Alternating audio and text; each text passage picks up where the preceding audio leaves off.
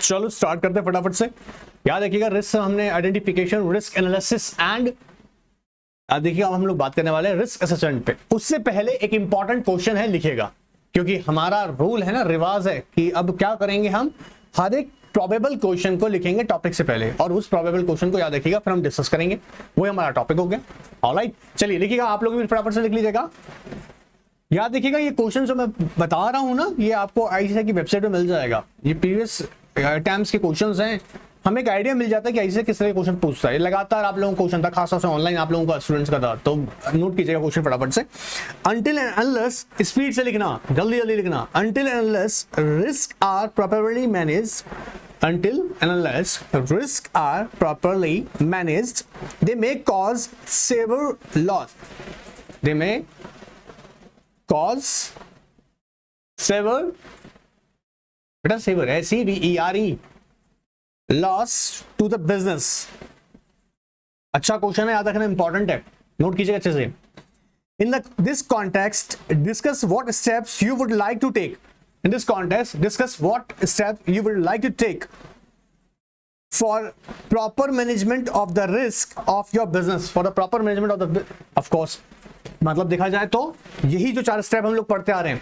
अब ध्यान सुनना, आप लोग भी जो मेरे से क्वेरी कर रहे थे, ध्यान सुनिएगा, पूरा नहीं डिटेल एक्सप्लेन कर रहा है कि रिस्क आइडेंटिफिकेशन थॉरो प्रोसेस बता रहे हो पूरा, फिर आइडेंटिफिकेशन के बाद में रिस्क एनालिसिस पूरा बता रहे हो, फिर रिस्क असेसमेंट जो डिस्कस करने वाला हूं ये पूरा बताने वाले हो, नहीं कैसे करेंगे वो बताऊंगा।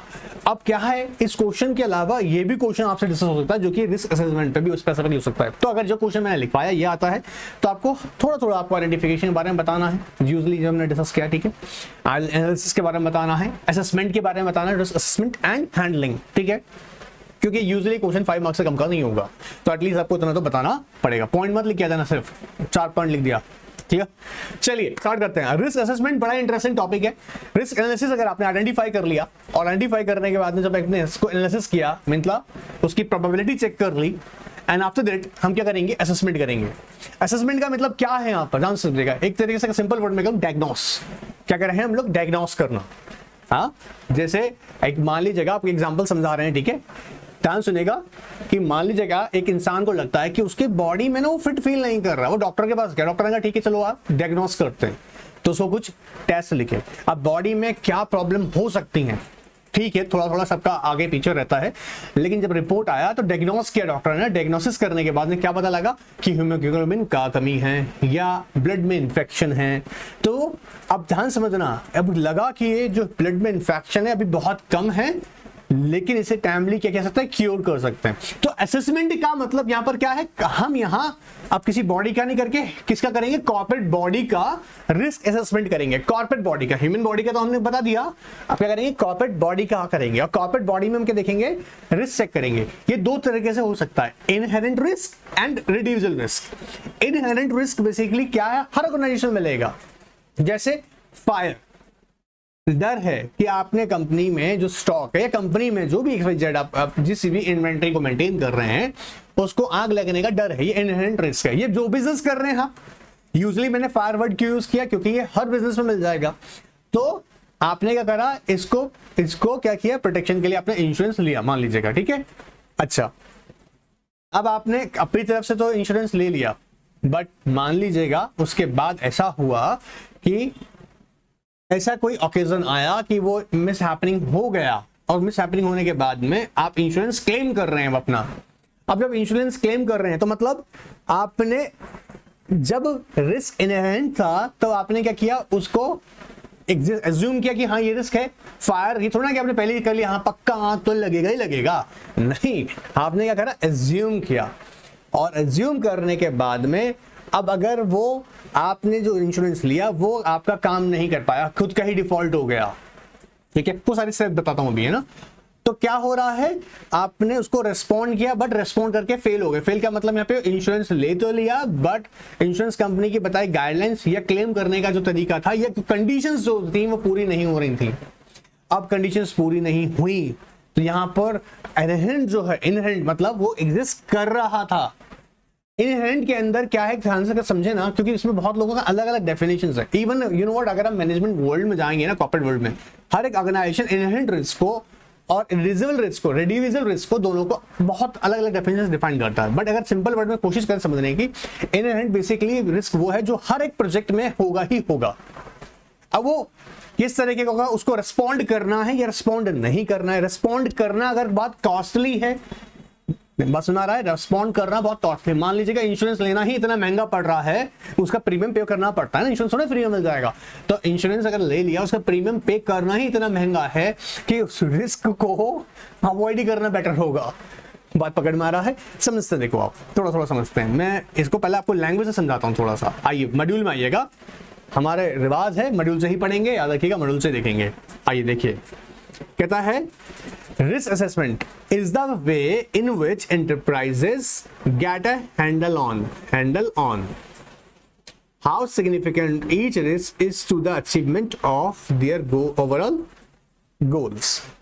वर्ड जब यहां यूज हो रहा है, ध्यान से अगर देखेंगे, हैंडल ऑन मतलब आपको कैसा रिस्पॉन्ड करना है उस रिस्क को। फिर कहता है to accomplish this enterprises require risk assessment process that is practical, sustainable and easy to understand. The process must proceed in structured and disciplined fashion. It must be correctly sized to the enterprise size, complexity and geographical reach. ये सारे aspect कुछ factors हैं। क्या factors हो सकते हैं कि risk किस नेचर का है, वो डिपेंड्स करता है कि ऑर्गेनाइजेशन का साइज क्या है, उसका स्ट्रक्चर किस तरह का है, जियोग्राफिकल एस्पेक्ट, सारे एस्पेक्ट देखेंगे। When assessing the risk, it is important to determine whether the risk is inherent risk or reducible risk. क्योंकि यही इंपॉर्टेंट क्या चीज है रिस्क असेसमेंट के अंदर, दो ही बातें देखेंगे, inherent risk and reducible risk. एक बात समझेगा, अब मैं जैसे आपको समझा रहा हूं, जैसे हमने बोला हमारे एग्जाम्पल में फायर इंश्योरेंस, ध्यान से सुनना, आप एकदम कंफ्यूज नहीं हो गए। फायर इंश्योरेंस आपने, कंपनी ने फायर इंश्योरेंस ले लिया, ठीक है, ये आपको पता था कि आपके प्रोजेक्ट में ये रिस्क है कि आग लग सकता है, तो उस खतरे के लिए आपने फायर इंश्योरेंस ले लिया। अब ध्यान से समझिएगा, क्या हुआ, मान लीजिएगा जो इंश्योरेंस कंपनी है, अगर ये इंश्योरेंस कंपनी खुद बैंकरप्ट हो गया तो, हाँ, जब आप अब ये क्या हुआ, ये तो इनहेरेंट रिस्क था, तो उसके लिए आपने यहां पर फायर इंश्योरेंस ले लिया। और अगर देखा ये बैंकरप्ट हो जाना, हुआ नहीं अभी, मान लीजिएगा हो जाएगा, तो ये क्या बेसिकली रिड्यूसिबल रिस्क, ये भी तो पॉसिबिलिटीज है ना इस बात का होने का, बैंकरप्ट भी तो हो सकती है कंपनी। बात पकड़ में आ रहा है। एक और एग्जांपल समझते, मान लीजिएगा अगर हम, अच्छा ये सारी एस्पेक्ट्स में और डिटेल में बताऊंगा, ठीक है। हाँ देखो ना, आओ देखो स्टेप्स पे आओ, पहले लैंग्वेज देख लो। हाँ बेटा पूछो। हाँ, दो तरीके का, इनहेरेंट एंड, देखो इनहेरेंट एंड रिड्यूसिबल, उसी को देखो डिफाइन करते हैं अभी। आओ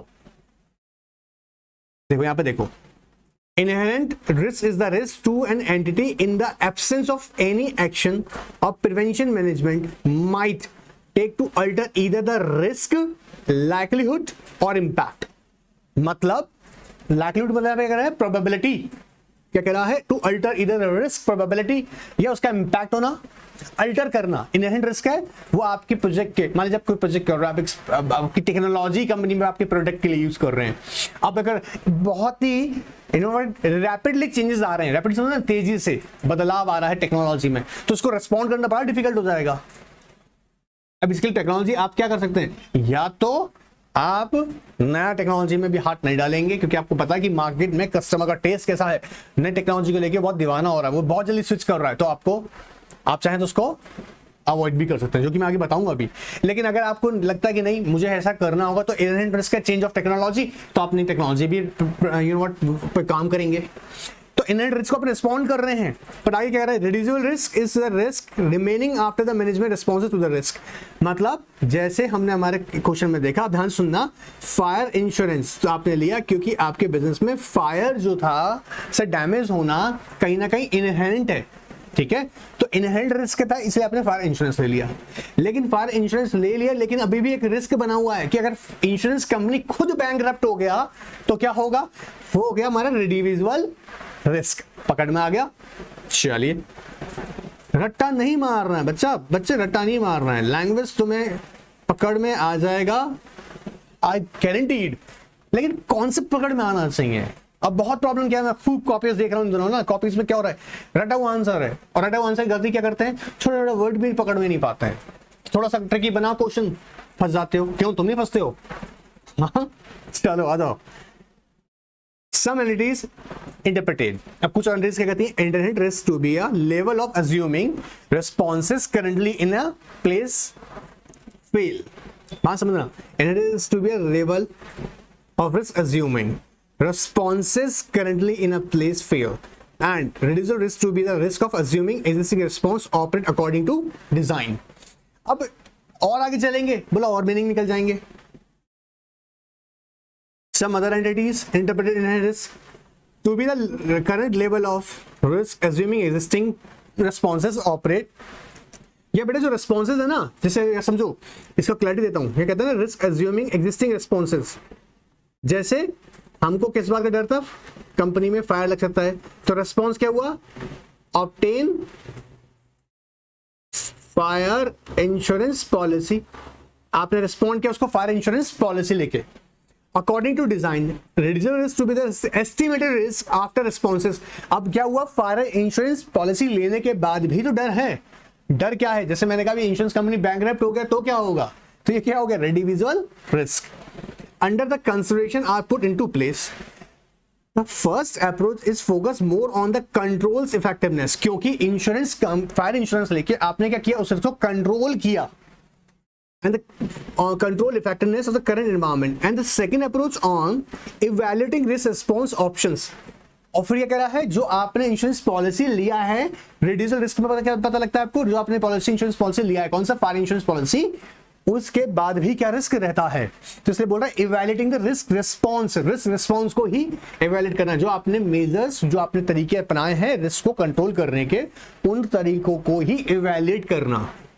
there is no one right answer and either approach may be useful depending upon the purpose of assessment and the nature of the risk being conducted considered. अब इसका मैं एक एग्जांपल और देता हूं, इससे आपको बहुत तक क्लैरिटी मिलेगा, ध्यान से सुनना एकदम, ठीक है, अच्छी बात है, आ गया। बट एग्जाम्पल और से दे रहे हैं कि बेटा ये लोग भी है ना ऑनलाइन जो देख रहे हैं, उनके लिए भी है। देखो बेटा ध्यान सुनना आप लोग भी, इनहेरेंट रिस्क, वापस सुनना, जब इनहेरेंट रिस्क कह रहे हैं, और ये भी एक बहुत सी केस स्टडी उसके बाद बता रहा हूं, inherent risk and reducible risk, दो बातें समझेंगे, inherent risk and reducible risk. ध्यान सुनना बेटा, जब आपने देखा भी साइरस मिस्त्री का एक्सीडेंट से डेथ हुआ, बैक सीट पे थे, उसके बाद भी डेथ हो गया, सो जजमेंट में ये आगे भाई गाड़ियों को ना अभी बैक सीट पे भी नो अगर पहनेंगे तो सीट बेल्ट लगाना है। अब ध्यान सुनना, अगर एक कार की अगर बात करें, कार में एक्सीडेंट होने का चांसेस रहता है, तो क्या बोला गया आपको कि सीट बेल्ट होना जरूरी है, सीट बेल्ट होना जरूरी है। तो सीट बेल्ट लगाया क्योंकि एक्सीडेंट का चांसेस है, इसे बोल रहे हैं इनहेरेंट रिस्क, क्योंकि कार चला रहे हो, ड्राइव कर रहे हो, एक्सीडेंट हो सकता है, तो उसके लिए आपको क्या होना चाहिए, सीट बेल्ट होना चाहिए सेफ्टी के लिए। लेकिन किस चीज की सेफ्टी के लिए, ताकि इंजरी डैमेज से बच सकें, इंजरी से बच सकें। लेकिन क्या उसके बाद भी इंजरी नहीं होगी, होता है ना, सीट बेल्ट पहना होता फिर भी कहीं ना कहीं चोट लगी जाए, इंजरी हो ही गया, तो जो इंजरी उसके बाद भी हो रहा है उसे हम क्या बोल रहे हैं, रिड्यूसिबल रिस्क। मतलब एक और एग्जांपल समझो, आपने अपने कंपनी के अंदर, ध्यान सुनना, ये बताया कि इंटरनल सिस्टम जो होगा हमारा, कंपनी का इंटरनल मैनेजमेंट जो होगा, वो एक पर्टिकुलर प्रोसीजर को ही फॉलो करके ही प्रोसीजर फॉलो करेगा और उसी के अकॉर्डिंग वर्क किया जाएगा। इससे क्या होगा, जो भी इंटरनली मान लीजिए कोई वीकनेसेस थी कंपनी के अंदर किसी रिपोर्टिंग रिक्वायरमेंट्स को लेके, है ना, तो वो पूरी हो जाएंगी क्योंकि आपने ऐसी प्रोसीजर बनाया है। और बहुत ही स्ट्रिक्ट प्रोसीजर है, मतलब कोई चांसेस ही नहीं है कि वहां पर किसी तरह का गड़बड़ी हो। लेकिन अगर मान लीजिएगा, अब ये क्यों था, ताकि कोई भी कंप्लायंसेस अगर ऐसे हो, जो कंप्लायंस मान लीजिए कंप्लायंस को रिस्पॉन्ड करेंगे ना, तो कंप्लायंस रिस्क गड़बड़ नहीं करे, ताकि प्रॉपर प्रोसीजर अगर जो भी फॉलो करेगा इसको कोई दिक्कत नहीं आएगा। बट उसके बाद भी क्या हुआ, कंपनी के कुछ एम्प्लॉइज हैं, वो क्या कर देते हैं, वो प्रॉपर स्टेप्स को क्या स्किप कर देते हैं, वो प्रॉपर स्टेप जो प्रोसीजर फॉलो करने के लिए स्किप कर देते हैं। तो ये क्या हो गया, रिड्यूसिबल रिस्क था, हमने एक प्रॉपर पॉलिसी और प्रोसीजर बनाया, उसे फॉलो कीजिएगा, वो इनहेरेंट रिस्क था। अब लेकिन उसके बावजूद भी अगर एम्प्लॉय उस स्टेप को, रिस्क को, मतलब उस प्रोसीजर को फॉलो नहीं करते हैं, तो क्या हो रहा है, वो रिड्यूसिबल रिस्क। तो रिड्यूसिबल रिस्क क्या है, बेसिकली रिड्यूसिबल रिस्क वो है जो आप जब भी इनहेरेंट रिस्क को रिस्पॉन्ड करेंगे, इनहेरेंट रिस्क को रिस्पॉन्ड करेंगे, तो जिस तरीके से, जिस मेथड से, जिस टूल से आपने उसको रेस्पॉन्ड किया है, उस टूल को ही इवैल्यूएट करने का काम जो है वो इंडिविजुअल रिस्क में दिखता है। पकड़ में आया? चलिए, एग्जाम्पल की चिंता मत करो बेटा, एग्जाम्पल तो मैं आपको इतने बता सकते हैं, बट मैं चाहता हूं कि आपको क्लैरिटी हो, है ना, रटना नहीं है, समझना है, फिर चलना है, ठीक है। चलिए, अब पहला काम क्या होता है? सबसे पहला काम होता है डेवलप असेसमेंट क्राइटेरिया। जब हम असेसमेंट की बात करेंगे तो when first of all you have to develop assessment criteria, कि अब कैसे, ये भी समझना होगा ना, इनहेरेंट एंड इंडिविजुअल। फिर असेस द रिस्क। अब जैसे अभी हमने एग्जांपल लिया हमारी कंपनी में असेस किया कि हमें लगता है कि फायर इंश्योरेंस होना जरूरी है, ठीक है जी। फिर हम देखें assess the risk, then assess risk interactions and the prioritize the risk. अब असेस द रिस्क इंटरैक्शंस मतलब सारे हमने यहाँ पे सारे रिस्क हमने प्रोबेबल रिस्क चेक कर लिए। अब देखेंगे इसमें सबसे पहले किसको हमें ऑब्जर्व करना है और किसको पहले ट्रीट करना है। क्या करना है? ट्रीट करना है। तो प्रायोरिटाइज करा जाएगा। प्रायोरिटाइज के बाद रिस्पॉन्ड टू रिस्क। रिस्पॉन्ड का मतलब अब उस जो प्रायोरिटाइज जिसको किया, जैसे मैंने भी एग्जाम्पल में बार बार यहाँ ले रहा हूँ फायर का, जैसे हम कार का भी ले सकते थे और भी ले सकते हैं।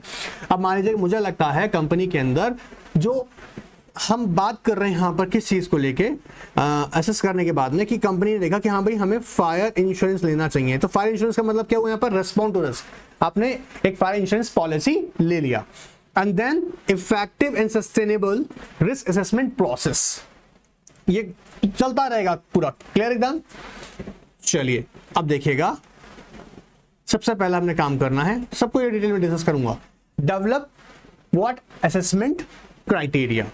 The first activity within the risk assessment process, ध्यान से देखो बेटा, process is to develop a common set of assessment criteria to be deployed across the business units। हमेशा रखो और आप लोग भी ध्यान रखो, अपना मॉड्यूल और अपना पेंसिल साथ में लेके बैठिएगा ताकि आप नोट भी कर सकें, हाईलाइट कर सकें, ठीक है।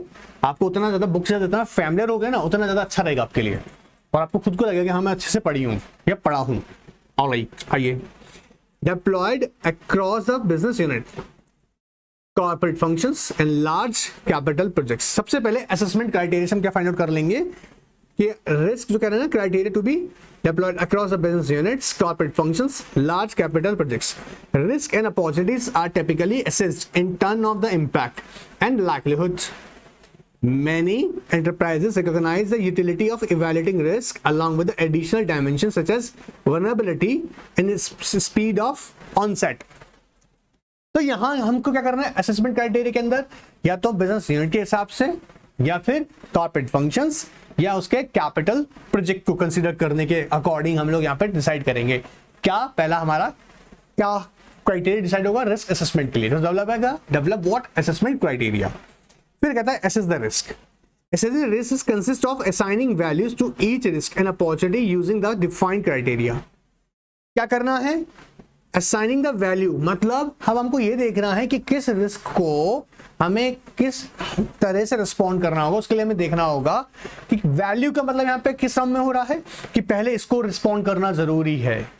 जैसे कंपनी ने ये बात किया कि है ना मार्केट में ना क्रेडिट बड़ा इशू हो गया, आजकल क्रेडिट इजीली अवेलेबल नहीं होता, उधार नहीं मिलता, बैंक ने इंटरेस्ट रेट बहुत हाई कर दिया है, और ये चिंता कर रहे हैं बैठे बैठे, लेकिन कंपनी के गोडाउन में रखा हुआ जो स्टॉक है उसका चिंता नहीं है, मतलब जो एग्जिस्टिंग है उसका चिंता नहीं है। तो बोला ठीक है क्रेडिट रिस्क है, लेकिन आपको पता है कि आपकी कंपनी में ऑलरेडी प्रॉब्लम क्या है, आपने जो फायर इंश्योरेंस है वो नहीं ले रखा। अच्छा है, एक बात और ध्यान समझना, आप लोगों के लिए भी कह रहे हैं और आपको भी कह रहे हैं, ये हम बार बार एग्जांपल रिपीट फायर वाला इसलिए करते हैं, उसका रीजन है क्योंकि मैं डिफरेंट एग्जांपल दूं, मैं चाहता हूं एक कॉमन एग्जांपल से आप सारी बातें समझें, ठीक है, क्योंकि क्लैरिटी के लिए है, और भी एग्जांपल्स आएंगे बीच में, बट फायर इंश्योरेंस में बार बार इसलिए बोल रहा हूं ताकि आपको एक कॉमन एग्जांपल आपके माइंड में टॉपिक के साथ जुड़ा रहे। तो अब क्या करना है? Value, assign the value to each risk and opportunity using the defined criteria। Initial screening of the risk and opportunities is performed using qualitative techniques followed by the more quantitative treatments of the more important risks and opportunities, lending themselves to the quantification। Not all risks are meaningfully quantifiable। तो यहाँ पे क्या कर रहा है? Qualitative assessment consists of assessing each risk and opportunity according to descriptive scales as described in a previous section, and quantitative analysis requires numerical values, highlight कीजिएगा, for both impact and likelihood using data from a variety of sources। अब देखो दो तीन बातें और ध्यान से यहाँ पे हम ध्यान रखेंगे। जब अभी हम रिस्क को मेजरमेंट करते हैं हम दो मेथड अप्लाई करते हैं, क्वालिटेटिव एंड क्वांटिटेटिव। किसी चीज के लिए जब हम बात कर रहे हैं कि इन नंबर्स हम क्वांटिटेटिव कर रहे हैं, ठीक है। फॉर एग्जांपल आपने बिजनेस को रन करने के लिए, रिस्क को कंट्रोल करने के लिए क्या क्या मेजर स्टेप लिए हुए हैं, ठीक है। जैसे हम लोग, जैसे मैंने कहा भी कि चीजों को आप रिस्क के अकॉर्डिंग आप जब उनके वैल्यू असाइन कीजिएगा, हमने कहा assigning the value to each risk, it means कि वो रिस्क को प्रोटेक्ट करना कितना बेनिफिट है। फॉर एग्जांपल आपकी कंपनी ने गुड्स ऑर्डर किए और वो ट्रांसपोर्ट के थ्रू आ रहे हैं। अब आप ये देख रहे हैं कि जो गुड्स आपके पास ट्रांसपोर्ट के थ्रू आ रहा है उसको इंश्योरेंस कराना जरूरी है। अगर कोई डैमेज हो जाता है तो इंश्योरेंस प्रोटेक्शन आपको कहीं ना कहीं नुकसान से बचा लेगा। रिस्क है, उसको रिस्पॉन्ड किया आपने, मतलब रिस्क के साथ में अपॉर्चुनिटी भी ऐड है। Each risk and opportunity using the defined criteria. फिर क्या था, initial screening of risk and opportunities perform using the qualitative techniques followed by the more quantitative treatments of the more important risk and opportunities, lending themselves to the quantification. Qualitative risk assessment consists of assessing each risk and opportunity according to descriptive scales as defined in the previous section. अच्छा, same method हम देखेंगे आगे। तो कहता है quality of analysis depends on the accuracy and completeness of numerical values. The validity of models used, model assumption and uncertainty should be clearly communicated and evaluated using techniques such as sensitivity analysis. Both qualitative and quantitative techniques have advantages and disadvantages. Most enterprises being with the qualitative assessment and develop quantitative capabilities over time as their decision making needs dictate. क्यों? क्योंकि ऐसा क्या होता है starting में, क्योंकि हमने कहा क्वालिटेटिव है, then gradually it converted into the quantitative techniques. Risk assessment process को भी जब आप याद रखिएगा, रिस्क को रिस्पॉन्ड ट्रीट करते हैं तब भी यही एस्पेक्ट रहेंगे और रहता ही है, प्रैक्टिकली भी यही रहता है। बात पकड़ में आ रहा है? For qualitative assessment the most commonly use assessment technique are interviews. अब देखो यहां पर क्या कह रहे हैं, सबसे पहले क्या रहेगा, interviews, cross functional workshop, surveys, benchmarking, scenario analysis. Quantitative techniques range from benchmarking and scenario analysis to generating the forward-looking point estimates.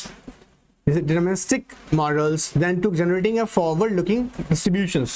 Problematic models. Some of the most powerful problematic models from an enterprise-wide standpoint includes casual at-risk models used to estimate gross profit margin, cash flow, earning over a given time horizon at the given confidence levels.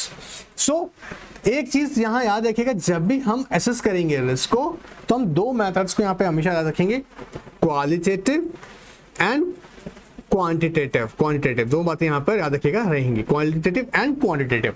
जब हम qualitative की बात करते हैं usually company इसके लिए क्या क्या तरीके अपनाती है, जैसे मैंने कहा सर्वे करना, इंटरव्यू करना, वर्कशॉप करना, ताकि आप क्या कर रहे हैं, आप यहां रिस्क को रिस्पॉन्ड करेंगे कैसे, जब आपको पता लगेगा कि एसेस करने के लिए, जब आपने डेवलप कर लिया क्राइटेरिया एंड आफ्टर दैट आप एसेस रिस्क करेंगे, तो आप रिस्क एसेस करने के लिए क्या करेंगे, आप या तो क्वालिटेटिव अप्लाई करेंगे, देन क्वांटिटेटिव में क्या करेंगे, प्रॉब्लमेटिक मॉडल्स को अप्लाई करेंगे कि एक्चुअल इश्यूज क्या हैं, उसी के अकॉर्डिंग आप उसको रिस्पॉन्ड करेंगे। ठीक है, तो यहां पर क्या कहता है, risk assess the risk interactions. Risk do not exist in isolation, कहता है जी एक रिस्क थोड़ा ना अकेला ही रहेगा।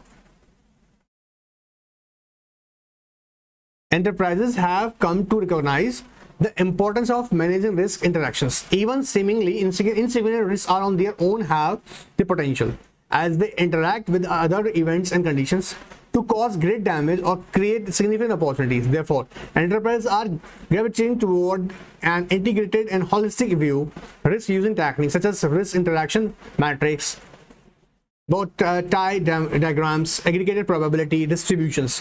अब ये रिस्क देखो, हमेशा देखो एक जो वर्ड यहाँ पे इंटरेस्टिंग यूज किया इन्होंने, insignificant risk on their own have the potential. That means they interact with the other events and conditions. Interactions, कई बार अच्छा एक चीज है, एक बड़ा इंटरेस्टिंग एग्जांपल समझना इसको, तो मैं इसको इसी का एक बता रहे हैं एग्जांपल।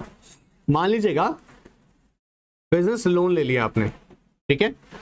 बिजनेस लोन लेने के बाद में पता लगा जिस बिजनेस के लिए आपने लोन लिया वो तो आपको ग्रांट हो गया, बिजनेस के लिए लोन तो आपको ग्रांट हो गया, ठीक है। अब समझो जो बिजनेस आप रन करना चाहते हो वो पता लगा गवर्नमेंट ऑर्डर ने क्या करा, बोला जी ये जो बिजनेसेस हैं ये कैसे हैं, प्रोहिबिटेड हैं। बोला क्या सर, ये बिजनेस कैसे हैं, प्रोहिबिटेड है।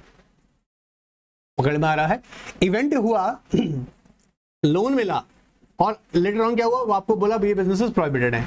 अब देखो यहां इंटरेस्ट पेमेंट एक रिस्क बना हुआ था आपको कि हाँ इंटरेस्ट पे करना है, साथ में आपके बिजनेस को ही यहां पर रोक दिया गया। एक ये बात पकड़ में आ रहा है, इंटरैक्शन। या फिर जब आपको लोन यहाँ पे ग्रांट किया गया, पता लगा कि ये बिजनेस में जो मैंने बोला ना अभी आपको कि प्रोहिबिटेड, तो बिजनेस रन नहीं कर सकते हो, तो एक नया चैलेंज सामने निकल गया। क्या हो रहा है, इंटरैक्शन। जब एक इवेंट दूसरे इवेंट को इंपैक्ट कर रहा है। Prioritize risk. Once the risks have been assessed, their interactions documented, it's time to view the risk as a comprehensive portfolio to enable the next step. Prioritizing for risk response and reporting to different stakeholders. Risk prioritizing is a process of determining risk management priorities by comparing the level of risk against the predetermined target risk level and tolerance thresholds. While each risk, ध्यान से सुनना, captured may be important to the management at the functions and business units level. Prioritization help to provide focus on senior management and board in addressing and giving attention to key risk. Ranking and prioritizing is often done in 2 steps. Prioritizing मैंने जैसे पहले भी बताया था कि depends on what, कि किसको आप पहले फर्स्ट रिस्पॉन्ड करेंगे, किस इसको पहले आप फर्स्ट रिस्पॉन्ड करेंगे। कंपनी में अगर टेक्नोलॉजिकल इश्यूज अगर लगता है बड़े हैं तो पहले कंपनी कहाँ इन्वेस्ट करेगा, टेक्नोलॉजीज पे करेगा। कंपनी को लगता है कि टेक्नोलॉजी ठीक है, हम आगे इसमें और अपडेट कर सकते हैं, प्रोवाइडेड कि हम अपना डिस्ट्रीब्यूशन चैनल्स को बढ़ाएं। क्या हो रहा है, क्योंकि कॉम्पिटिटर अगर बढ़ रहा है तो हमें नए तरीके से और भी प्लानिंग करना होगा। जैसे first, risk are ranked according to two और more criteria such as impact rating multiplied by possibility means likelihoods rating, impact multiplied by vulnerability. दूसरा कह रहा है rank risk order in reviews in light of the additional consideration such as impact alone, speed of onset or size of the gap between the current and desired risk level means tolerance threshold. If initial ranking is done by multiplying financial loss by likelihood, then the financial prioritization should take qualitative factors into consideration. 2 तरीके हैं, क्या देखिएगा। पहला यहाँ पर हम लोग, अच्छा दोनों में ही प्रायोरिटाइजिंग में कैसे मैं आपको बताऊं। देखो एक चीज समझना, जब क्राइटेरिया कहते हैं ना, more criteria, impact rating multiplied by what, impact rating है, याद रखिएगा इम्पैक्ट कितना हो सकता है। जैसे अगर हमने कहा फायर इंश्योरेंस अगर नहीं लिया, 2 बात समझना, फायर इंश्योरेंस नहीं लिया तो इसका इम्पैक्ट क्या होगा, मान लीजिएगा 80% कंपनी को डैमेजेस फेस करने पड़ सकते हैं। तो हम बोल रहे हैं यहाँ पर इम्पैक्ट रेटिंग। अच्छा जब इम्पैक्ट कह रहे हैं rating multiply by what, possibilities. तो हमने अगर मान लीजिएगा एक एग्जांपल दिया यहाँ पर, पॉसिबिलिटी किस चीज की होने की, प्रोबेबिलिटीज हम बोल रहे हैं। प्रोबेबिलिटी हो सकता है वो 50% है, 60% है, 70% है, डिपेंड्स ऑन, ठीक है। सेम एंड सेकंड फैक्टर के अंदर क्या हो रहा है, rank risk order is reviewed, rank risk order is reviewed, क्या है, किसको प्रायोरिटी दे रहे हैं, in the light of additional consideration such as impact alone, speed on onset और size of the gap between the current and desired risk level, then ये factor consider किया जाएगा। पकड़ में आया? हाँ चलिए, फिर आता है risk, respond to risk, result of risk assessment process then serve as primary input to a risk responses whereby response options are examined, accept, reduce, share or avoid। चार मेथड है हम लोग। cost benefit analysis, performed response strategy formulated and risk response plan are developed। तो या तो we will accept the risk, reduce the risk, share the risk and avoid the risk। पकड़ में आया? फर्दर कहता है effective sustainable risk assessment process। To be effective and sustainable, the risk assessment process needs to be simple, practical and easy to understand, and to be effective they must be supported by the right technology। क्यों? एक बार देखो starting कैसे किया था हम लोग, develop किए थे क्राइटेरिया, असेस किया गया रिस्क, फिर हम लोग क्या करने पहुंचे, देखो समझो रिस्क इंटरैक्शन, फिर प्रायोरिटाइजेशन करना स्टार्ट किया, किसको पहले करेंगे, रिस्पॉन्ड। रिस्पॉन्ड का मतलब यहाँ पे रखेगा, यहाँ पे मैंने बोला था आप क्या टेक्निक्स यूज करेंगे टू रिस्पॉन्ड रिस्क, क्योंकि देखो सबसे पहले जब आपने क्राइटेरिया डेवलप किया, जैसे मैंने आपको डिस्कस किया अभी, उसके बाद क्या स्टेप था, assess the risk. Assess the risk मतलब quantitative and qualitative and quantitative aspects को कंसीडर करते हुए आपने रिस्क को असेस किया। देन जैसे ही आप कंसीडर कर लिए, देन आपको क्या करना है, रिस्क इंटरैक्शन, ठीक है। जैसे मैंने कहा इवेंट्स एंड कंडीशंस, एक इंपैक्ट दूसरे इवेंट को भी इंपैक्ट कर सकता है, करता ही एक्चुअली। एंड देन आफ्टर क्या किया, रिस्क फाइनली हम डिस्कस किया, तो देन प्रायोरिटाइजेशन कि भाई किसको पहले रिस्पॉन्ड करेंगे अकॉर्डिंग टू वैल्यूज, ठीक है। एंड देन आफ्टरवर्ड हमने क्या डिस्कस किया, इसको रिस्पॉन्ड या तो एक्सेप्ट कीजिएगा, रिड्यूस कीजिएगा, शेयर कीजिएगा या अवॉइड कीजिएगा, clear. And the final is effectiveness. अब यही जब हम कर लेते हैं तो हमारा नेक्स्ट स्टेप को मिलता है हैंडलिंग ऑफ रिस्क। आप समझना, फोर्थ स्टेप क्या होगा, एनालिसिस का हमने, फिर असेसमेंट किया, असेसमेंट के बाद हम कहां जाएंगे, हैंडलिंग मतलब एक्शन। अब वही है, मैं आपको बता दूं, this is a very very important topic, very very important topic. क्यों, क्योंकि एग्जाम में ये कंसीडर हो सकता है, प्रोबेबिलिटी रखता है, और यहाँ कहीं ना कहीं इंटरेस्टिंग भी है, क्योंकि अब कैसे आप रिस्पॉन्ड करेंगे। तो या तो देखो समझो तरीके क्या है, रिस्क अवॉइडेंस के थ्रू, रिस्क को रिटेन करने के थ्रू, या फिर रिस्क को रिड्यूस करने कर सकते हैं, या रिस्क ट्रांसफर कर सकते हैं। अब दो तीन बातें समझते हैं फटाफट से। देखो रिस्क अवॉइडेंस, रिस्क अवॉइडेंस का मतलब यहां पर यह है, जैसा अभी हमने एग्जांपल में देखा कि मान लीजिए कि बिजनेस है जिसके अंदर टेक्नोलॉजी, नए प्रोडक्ट में, नए प्रोजेक्ट के अंदर अगर टेक्नोलॉजी अगर यूज की जाए तो कंपनी के लिए बहुत एक्सपेंसिव होगी। तो कंपनी कहता है भाई अभी हम कोई नया टेक्नोलॉजी यूज नहीं करेंगे, अभी नया टेक्नोलॉजी यूज करने का मतलब कंपनी के लिए बहुत ही कॉस्टली हो सकता है। ऐसे ही स्टॉक प्राइसेस अगर लगता है कि बहुत ज्यादा इक्विटी शेयर्स में, मान लीजिएगा आपने स्टॉक मार्केट में इन्वेस्ट कर रहे हैं और इक्विटी शेयर्स के प्राइसेस में बहुत ज्यादा फ्लक्चुएशंस हैं, तो आप बोलेंगे नहीं इन्वेस्टमेंट तो करना है, बट क्या करेंगे, अभी हम अवॉइड करेंगे इक्विटीज में इन्वेस्ट करना, हम किसमें कर देंगे इन्वेस्टमेंट, डेट इंस्ट्रूमेंट्स में कर देंगे। तो यहाँ क्या कर रहे हैं, अवॉइडेंस। तो हैंडलिंग के अंदर क्या करेंगे, रिस्क अवॉइडेंस। इंपॉर्टेंट है, देखिएगा, risk avoidance means to avoid taking the high risk project और choosing a less risky business project. For example, one may avoid investing in stock market due to the price volatility in the stock prices and may prefer to invest in the debt instruments. ऐसे ही अगर लगता है कि अभी project में नई technology use करना ठीक नहीं है क्योंकि बहुत एक्सपेंसिव होगी कंपनी के लिए, तो उसको अवॉइड करना, तो रिस्क अवॉइडेंस। एग्जाम में भी तो आप ये करते हो ना, क्या आपको लगता है टॉपिक यार है तो इंपॉर्टेंट, लेकिन अगर इसको पढ़ने बैठ गए है ना तो क्या होगा, अभी इसको कवर करने का मतलब एग्जाम में बहुत डिफिकल्टी आ जाएगा, दिक्कत कर देगा ये, तो इसको आप छोड़ के जा रहे हैं, अवॉइडेंस, ठीक है। रिस्क रिटेंशन, अब देखो, the enterprise handle the avoidance unavoidable, देखो यहाँ पे देखना वर्ड आ रहा है, enterprise handle unavoidable risk internally and the firm bears the absorb it due to the fact that either insurance cannot be purchased of such type of risk. Risk retain कर रही company खुद ही, क्या तो वो ये consider कर रही है कि या तो रिस्क इससे रिस्क के लिए इंश्योरेंस नहीं कर सकते हैं। जैसे फॉर एग्जांपल मान लीजिएगा, एक एग्जांपल समझते हैं कि अभी एक एग्जांपल समझना, यूजुअली आजकल एक आप मान लीजिएगा आपने एक लैपटॉप लिया, ठीक है, ये है कहीं जगह एचपी में तो है ही, क्या आपने मान लीजिए लैपटॉप लिया तो कहेंगे हाँ आपका अगर लैपटॉप अगर कॉस्टली आप चाहें तो कॉस्टली नहीं तभी आप इंश्योरेंस करा सकते हैं उसका, बोला ठीक है आपको इंश्योरेंस मिल जाएगा, प्रोवाइडेड उसके लिए थेफ्ट से कोई प्रोटेक्शन नहीं है। अगर आपका इंश्योरेंस चोरी हो गया, कंपनी कह रही है कि चोरी हो गया तो हम उससे नहीं, अगर डैमेज हो जाता है, टूट जाता है, गिर जाता है, फट जाता है तो बोला हम ठीक करके देंगे आपको, ठीक है, ये इंश्योरेंस हम कवर कर रहे हैं। बट अगर चोरी हो गया तो नहीं, अभी कंपनी की पॉलिसी में, तो कंपनी ने ऑब्जर्व किया कि यार ये रिटेन उनको करना ही पड़ेगा, मतलब उसके लिए उस रिस्क के लिए कोई इंश्योरेंस पॉलिसी नहीं है। या फिर दूसरा भी ऑप्शन हो सकता है, देखो क्या हो सकता है, कहता है और it may be too expensive to cover the risk and such more cost effective to handle the risk internally. ये कह रहा है कि भैया अगर हम रिटेन नहीं कर, देखो रिस्क हमें खुद को करना पड़ेगा, क्योंकि अगर इंश्योरेंस पॉलिसी लेने जाएं तो बोला कि यार कहीं ना कहीं कंपनी के लिए कॉस्ट प्रीमियम जो उसका प्रीमियम है इंश्योरेंस का वो ही बहुत एक्सपेंसिव है, तो कंपनी खुद के उसको रिटेन कर रहा है रिस्क को, है ना।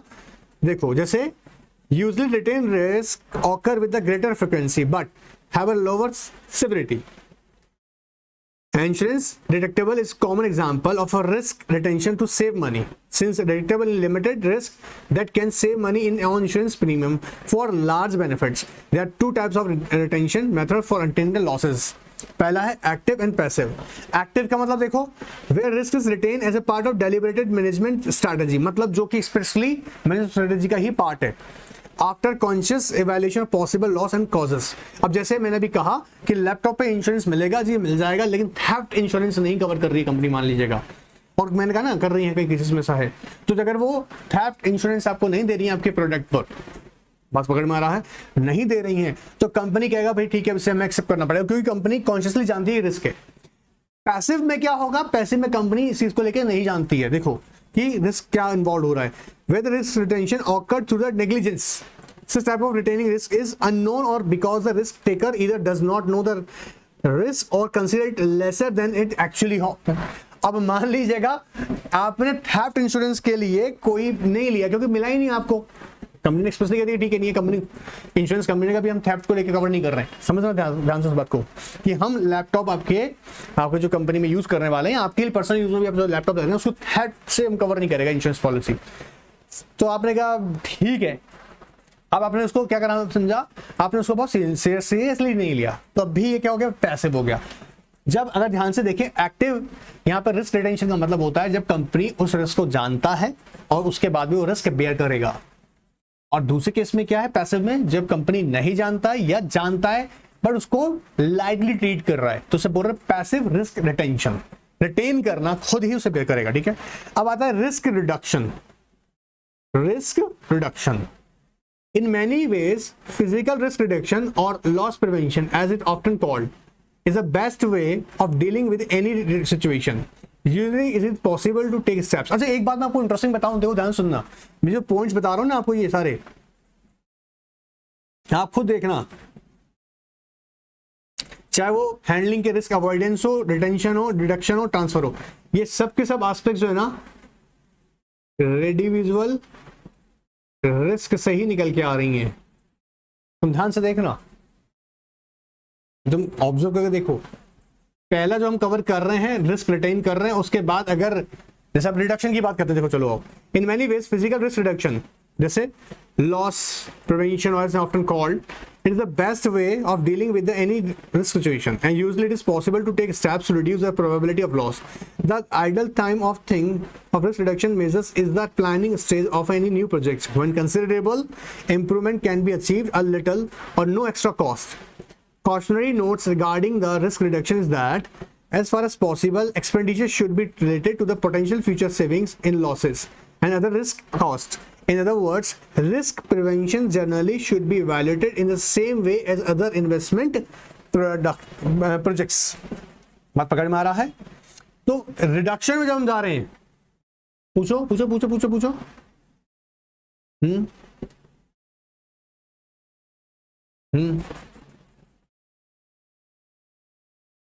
जी,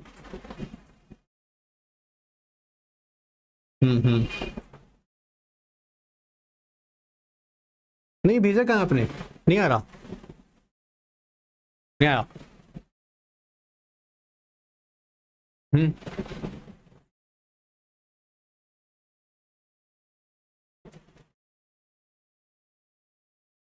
हाँ बेटा, मैं देखो समझो, इनका क्वेश्चन अच्छा है, सुनेगा, आपको तो आवाज नहीं गया होगा, कोई बात नहीं, सुनिए क्या कहना चाह रही है वो, मैं वही बताने की कोशिश कर रहा हूँ। हम जब रिड्यूसर रिस्क का बात कर रहे थे, देखो रिस्क, देखिए हमने जब रिस्क असेसमेंट का बात किया, रिस्क असेसमेंट में हमने देखा था ना इनहेरेंट और रिड्यूसर रिस्क। बेसिकली फिर ध्यान से अगर हम से समझेंगे ना, तो हम हैंडलिंग जब बात कर रहे हैं ना, हैंडलिंग बेटा जब मैं बोल रहे हैं, तो हैंडलिंग के अंदर ये सारे एक्चुअली देखा जाए तो हैंडलिंग के अंदर भी तो यही कर रहे हैं जो रिड्यूसर रिस्क हो जाता है। इनहेरेंट रिस्क में आपने देखा इनहेरेंट रिस्क था, इनहेरेंट रिस्क को आपने रिस्पॉन्ड किया और फिर रिस्पॉन्ड करने के बाद में जो इवैल्यूएट कर रहे हैं उस रिस्पॉन्ड को, मतलब जो आपने एक्शन लिया उसी को तो हम क्या बोल रहे थे, रिड्यूसर रिस्क। ठीक है, अब रिड्यूसर रिस्क को अगर हम देखें वो भी तो इन्हीं स्टेप्स के अंदर ही कवर हो रहा है। हाँ, जैसे यहां अगर रिडक्शन का देखिए, रिस्क रिडक्शन की हम एग्जांपल की बात करते हैं, अब ध्यान सुनना, जब मैं बोल रहा हूं रिस्क रिडक्शन, जैसे अभी हमने एग्जांपल आगे लिया, कंपनी क्या कर रही है, रिस्क रिड्यूस किया जाए, इसके लिए मान लीजिएगा कि कंप्लायंस को लेके क्या कर रहे हैं, कंप्लायंस, कंप्लायंस रिस्क है, ध्यान से सुनना फटाफट से। कंप्लायंस रिस्क है कि भैया कि नॉन कंप्लायंसेस नहीं हो, नॉन कंप्लायंस रिस्क, ठीक है। अगर आपने नॉन कंप्लायंस किया, इसके लिए क्या करा मैंने भी जैसे बताया आपको, कंपनी ने एक प्रॉपर प्रोसीजर बताया हुआ है कि इस प्रोसीजर के थ्रू आप क्या करेंगे, आप कंप्लायंसेस करेंगे, रिपोर्टिंग कैसे होगा, क्वार्टर रिपोर्ट कैसे होगा, कौन क्या अथॉरिटी, किसकी क्या अकाउंटेबिलिटी है, सारा प्रोसीजर डिफाइन है, ठीक है। कोई चांस ही नहीं है नॉन कंप्लायंस का, ठीक है। बट क्योंकि रिस्क तो रहता ही है, हम मान रहे हैं यहाँ पर। अब क्या हो रहा है, ये प्रोसीजर से मैंने बताया कि स्टेप बाय स्टेप जैसे ऐसे चलाइए, ये हमने प्रोसीजर डिफाइन किया हुआ है। जैसे रिपोर्टिंग डिपार्टमेंट वाइज हुई, फिर यहाँ पर सीईओ लेवल पे गया, फिर ये बोर्ड ऑफ डायरेक्टर के लेवल पे गया, ठीक है। एंड फाइनली ये कंपनी के शेयर होल्डर्स को आपने डिस्क्लोज कर दिया। ध्यान सुनना बहुत इंपॉर्टेंट है। तो इसके थ्रू आप नॉन कंप्लायंसेस को क्या कर रहे हो, रिड्यूस कर रहे हो, नॉन कंप्लायंस को रिड्यूस कर रहे हो। बट अब प्रॉब्लम इसमें भी क्या रहता है समझना, अगर मैंने कहा इस प्रोसीजर को जो आपने डिफाइन किया हुआ है, इसमें रिपोर्टिंग जो रेडी किया जा रहा था, रिपोर्टिंग के बावजूद भी अगर मान लीजिएगा कंपनी का कोई स्टाफ मेंबर है या एम्प्लॉय है, वो इस प्रोसेस को स्किप कर देता है टाइम बीच में, कहीं से भी किसी भी तरीके रिपोर्टिंग प्रॉपर नहीं करता, तो रिस्क रिड्यूस हुआ, बट यहां पर फिर भी रिड्यूसल रिस्क रहा। तो रिस्क रिडक्शन इस मेथड के थ्रू भी अप्लाई किया जाता है। पकड़ में आ रहा है? चलिए फिर आता है रिस्क ट्रांसफर। अब रिस्क ट्रांसफर बेसिकली कैसे करते हैं कि कंपनी क्या करता है, इंश्योरेंस लेता है ना, तो वो क्या कर दिया, रिस्क तो था लेकिन ट्रांसफर कर दिया किसको, इंश्योरेंस कंपनी को। देखो, this refers to the legal assignment of cost of certain potential losses to another. Insurance of risk is to occupy an important place as it deals with those risks that could be transferred to an organization that specialists in accepting them at a price. Usually there are three major means of the loss transfer: by thought, contract other than insurance, by contract of insurance. देख रहे हैं, there are three major means of loss transfer. या तो by thought, आप लोग जानते होंगे thought हम लोग क्या बोलते हैं, सिविल रॉन्ग है, सिविल रॉन्ग है, इंटेंशनल नहीं है। अब डैमेज तो हुआ है ना, डैमेज तो पे तो करना पड़ेगा। डैमेज बोलो, डैमन इंजूरिया, इंजूरिया सिन डैमिनो, डैमेज सिन विदाउट, डैमन सिन इंजूरिया। आई नो पर समझ तो लो, सिन का मतलब क्या होता है, विदाउट, इंजूरिया मतलब damage without infringement of legal right, और एक क्या होता है, infringement of legal right without damage. तो किसी का डैमेज अगर हो गया और वहां पर क्या है, उसके लीगल राइट्स डैमेज हुए हैं, तो टॉर्ट क्रेडिट कमिट हो गया। अब ऐसे कंपनी में केसेस में क्या करें, हाँ, एक कंपनी मैन्युफैक्चरिंग यूनिट का काम चल रहा है और पता लगा कि कंपनी का गलती नहीं था, स्टाफ का गलती से या किसी भी गलती से कंपनी का, है ना, जैसे आपने देखा होगा ना, कहीं तो हजारस प्रोसेस कैरी करते हैं तो उनके लिए मैंडेटरी होता है इंश्योरेंस लेना। नो फॉल्ट लायबिलिटी जिसे कहते हैं कि आपको इंश्योरेंस लेना पड़ेगा। अब कोई नुकसान हुआ तो भाई ऐसे केसेस में रिस्क आपने ट्रांसफर कर दिया कि कल को मैं फैक्ट्री चला रहा हूं, कोई ब्लास्ट हो गया, कल को आफत ना हो जाए, तो मैंने, है ना, विनिसिटी जो लोकेलिटी है उसके लिए इंश्योरेंस ले रखा है और मैंडेटरी भी है। बात contract other than insurance and then by contract of insurance, मतलब क्या कर रहा है कंपनी यहां पर, जो उसका एग्जिस्टिंग रिस्क उसको ट्रांसफर कर रहा है, ऐसे हैंडलिंग कर रहे हैं ना। The main method of risk transfer is insurance. The value of insurance lies in the financial security that a firm can obtain by transferring to an insurer in return for premium the risk of losses arising from the occurrence of a specific peril. Thus, insurance substitutes certainty for uncertainty. Insurance does not protect a firm against all perils, but it offers restoration at least in a part of any resultant economic loss. कह रहा है जी, क्या कह रहा है, आपको ये किसी से बचा लेगा, आपको इकोनॉमिक लॉस से बचा लेगा। याद रखिएगा, इकोनॉमिक लॉसेस से बचाने के लिए आपने इंश्योरेंस लिया, जैसे मैंने आपको एग्जांपल यहाँ पे दिया, ट्रांसफर। अभी और भी केसेस हैं, आप कोई गुड्स भी मंगाते हो ट्रांसपोर्ट के थ्रू तो इंश्योरेंस लेते हो, तो वो इंश्योरेंस आपने लिया है, आपने उसके रिस्क को, मंगाने का रिस्क, गुड्स को मंगाने का रिस्क जो आपने ऑर्डर किया है, उसमें जो है ट्रांसपोर्ट में होने वाली किसी भी मिस हैपनिंग के रिस्क को आपने ट्रांसफर कर दिया इंश्योरेंस कंपनी की तरफ। बात पकड़ में आ रहा है? तो हैंडलिंग के अंदर क्या क्या तरीके हो सकते हैं, हैंडलिंग के तरीके क्या होंगे, बोलो फटाफट से। सबसे पहला रिस्क को अवॉइडेंस, फिर रिस्क रिटेंशन, फिर risk reduction and risk transfer.